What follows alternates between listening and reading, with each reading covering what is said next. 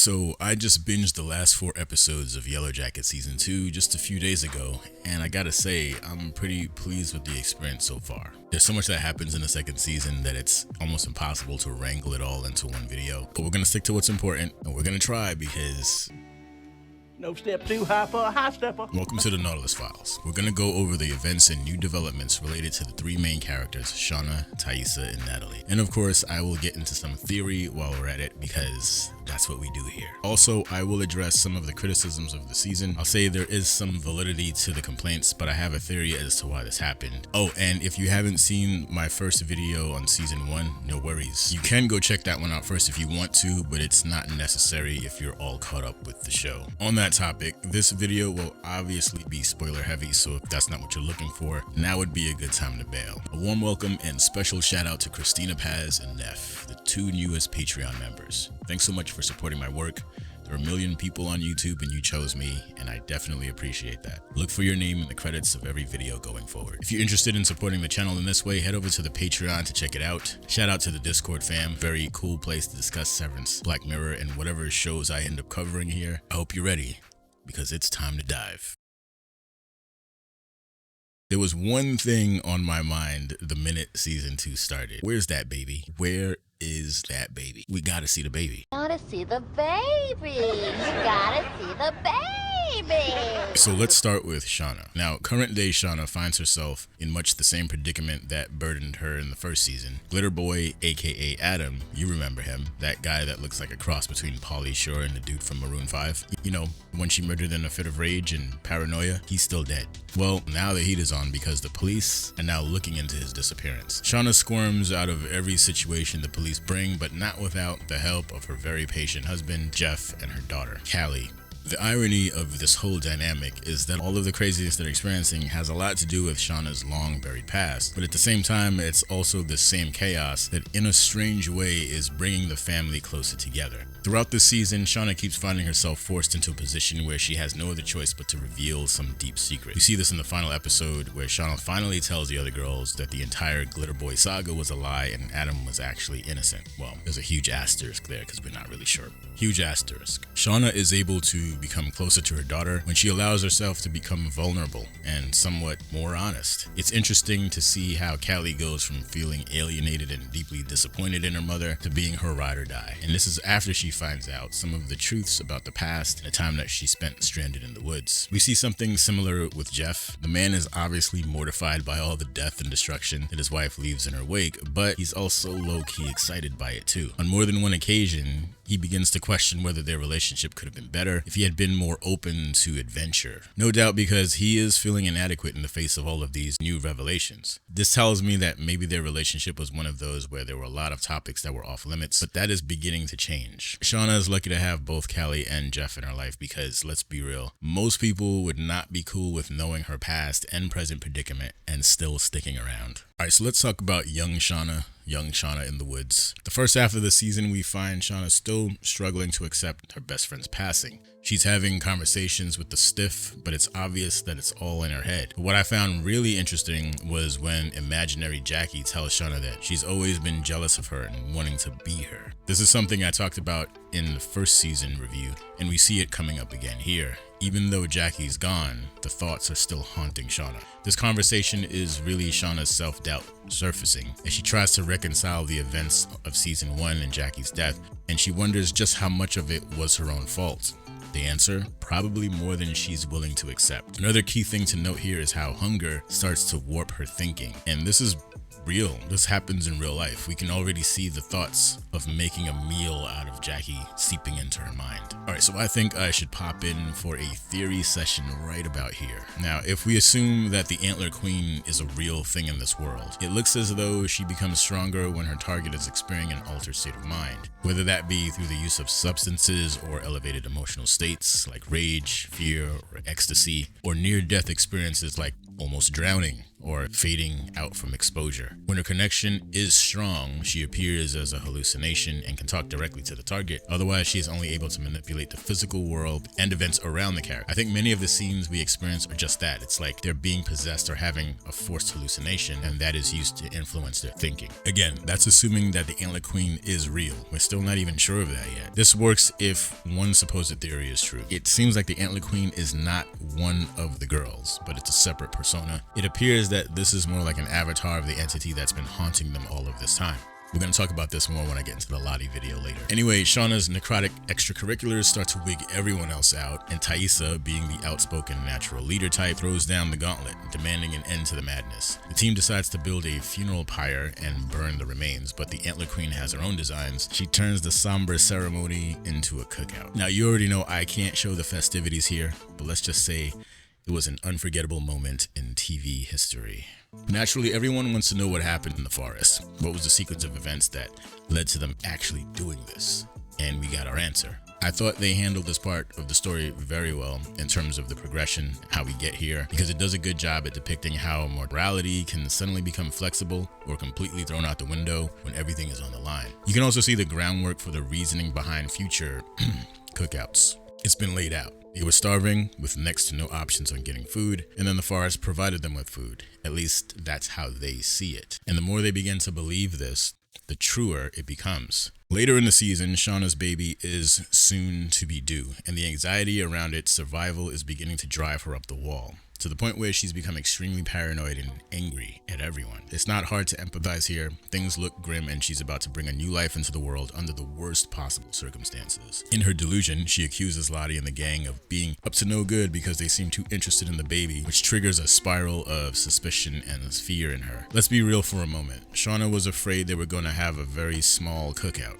Her general disposition becomes a concern for everyone involved, so Lottie chooses to sacrifice herself by letting Shauna beat the living crap out of her for a few minutes, but it felt like a year, as a way of letting her vent her frustrations out on her. Lottie knows Shauna doesn't trust her, and this is the ultimate proof that she means no harm. I think this event says more about Lottie than anyone else, but it does show that Shauna's propensity for violence as a solution to frustration has always been a thing. She needs the violence. You could even say she enjoys the violence, but she feels ashamed of it afterwards. Sadly, the little guy doesn't make it, and the traumatic effect of this event informs the audience about the state of mind of current day Shauna as she deals with the pesky police, Lottie's return, and all of the trouble that entails. Much like Shauna, Taissa finds herself in a very similar predicament as season 1.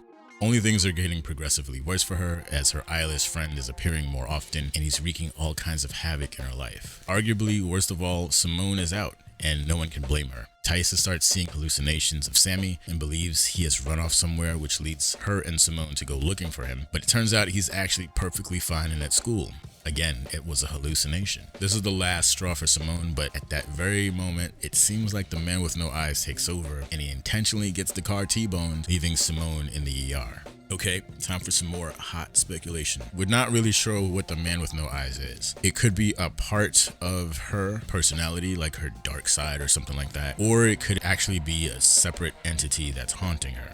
It appears that the man with no eyes put the Antler Queen's sigil in Simone's hand while she was in the hospital bed. So this seems to link him to the events of the forest, which of course we find out later on that he is there in the forest with her. So the question is he somehow connected to the main premise of the story? We also know that Taissa and her grandmother saw the eyeless man when she was a child. At least that's how it appears. It could be that the grandmother saw something, and because she said those words, her grandmother's reaction in that bed is what caused Taissa to believe in this man, in this eyeless man. Or it could actually be real. We don't know. Now, if he is real, this ties into one of the theories that the Yellowjackets were destined for this fate. This makes sense when you look back at the scenes from season 1. For example, the one where Natalie has that weird vision of Misty at the kegger. It could be that the plane was supposed to crash with certain people on it, and perhaps they were summoned somehow by the Antler Queen. I still don't know exactly how the eyeless man has anything to do with this. But anyway, back to Taissa. So seeing as how the blackouts hadn't been a problem since she left the woods, her last memories of the experience would be all the way back when they were in the forest. So to Taissa, it makes sense that she would seek out the last person who was able to help her handle this particular problem. Turns out Vanna's alive, and they never mentioned her at all in the first season, which I thought was weird. Then again, And I don't think they ever mentioned Lottie in the first season either. Anyway, Taissa takes a road trip of sorts and finds herself at Van's doorstep, desperate and unannounced. Van runs a small video rental business that specializes in VHS tapes, the media choice of the 90s.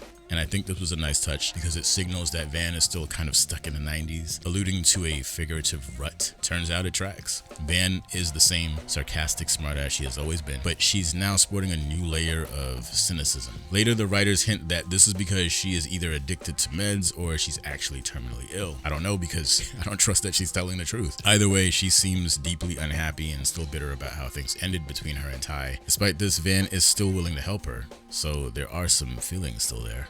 One of my disappointments from the season, though, comes from how they seem to have abandoned this thread about 2/3 of the way through the season. We don't get much insight into Ty's thoughts or feelings when she gets to the compound, because after that, it's all group scenes from that point on, all the way until the final curtain. This happens with a few arcs of the story, but I can't help but agree with most of the popular theorists that a lot of material was cut out from the script at the last minute. More on that later, but there is at least one more aspect of Ty's journey that I thought was interesting, and that's how she swings from being a part of the anti-Lottie movement to being a true believer. So one of the ideas that Yellowjackets plays with is just how much we perceive the extreme actions of the Yellowjackets to be their own choices. How much responsibility lies on the Antler Queen, and how much of it is their own made-up beliefs about what they're experiencing. What if the Antler Queen just releases you from your inhibitions? It's also possible that the Antler Queen had nothing to do with their choices, and it was all starvation, anxiety, and fear that drove them to do these things. Taissa starts out as a non-believer, and I still think this is because she doesn't want to accept the idea of a supernatural world beyond her control because it calls into question self-determination, and she doesn't like that. She wants to believe that she has control over her life and her choices. She gets irritated at the other girls for believing that Lottie is the chosen one, especially Van, of course. The girls begin to break into two camps, with Taissa being the de facto leader of the non-believers, but as time passes, Taissa continues to have these crazy experiences that she cannot explain. She is worn down and begins to go along with Lottie's ideas much more often.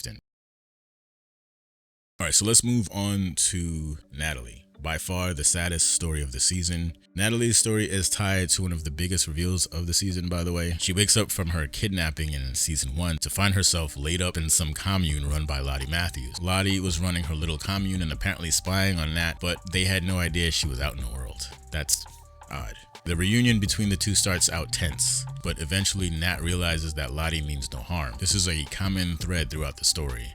Now, on the way to getting to this place, Nat befriends one of the communists, but that's after she stabs her in the eye with a fork, which really speaks to this woman's ability to forgive. What Natalie experiences at the commune begins to change her deeply. She starts to open up to the idea of letting go and moving on and not wanting to continue the vicious cycle of self-destruction. She tries to persuade the others to do so too. Now, call me paranoid, but this is around the time when the spidey senses kick in. See, the writers are starting to push Natalie towards a big turn here, an indication that something big is about to happen to the character. So I was super curious to see what parallel experiences from the woods we would get to give us a hint as to what's going on. And man, jeez, this was probably one of the most brutal episodes to watch.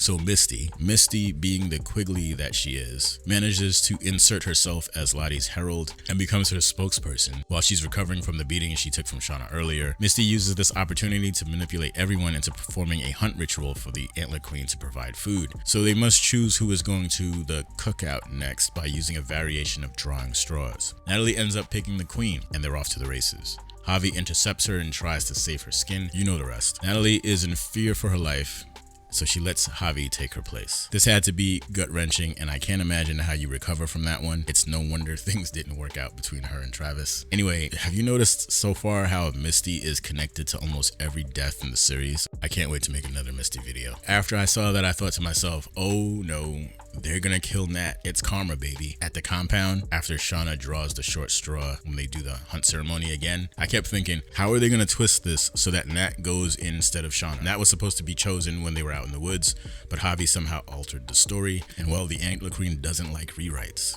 I think the writers let her have this sort of moment of peace because she was gonna be released, unburdened as it were, by her coming demise. I don't like the way they actually executed this scene. I do think that Misty being tied to it makes perfect sense because she is the ultimate chaos agent and death seems to follow her. Not to mention, they upped the chaos meter by 100% when they added Walter to the mix, more on him later. I think it would have made more sense for her to go out peacefully even if the circumstances of her death were unpredictable or unstoppable, they should have let her have a chance to say goodbye and settle things with the other girls. So this choice and a few of the others had a negative effect on the season as far as I'm concerned. This is unfortunate because the first 7 episodes of the season was solid, well written and well paced. I mean, I was glued to the seat, mouth on the floor for almost the entire series. The final 2 episodes, though, they feel kind of rushed and disjointed for me, and a lot of people share the same opinion. There are alleged stories and claims that a lot of the scenes had been cut because the episodes were shortened from the original time at the last minute, so they had no choice but to remove a ton of story, and this would explain why there are so many strange gaps and unusual choices made by these characters by the very end. Overall, though, I think Season Stew be related to Disco Stew. When is season 2 ever the best in a series? So I'm gonna stop here because this one's getting kind of long, but if you want to see more coverage like this, more deep dives and single characters, I can do an entire episode on one character. We can do some theory talk and whatnot. If you like that kind of stuff, you want to see more of it, let me know with the comments and the buttons. You know how to do it. Thanks once again to the patrons for all your love and support. I truly appreciate it, and I guess that's it. Until next time, be good to yourself and to others, be safe, and I'll see you in the next one. Peace.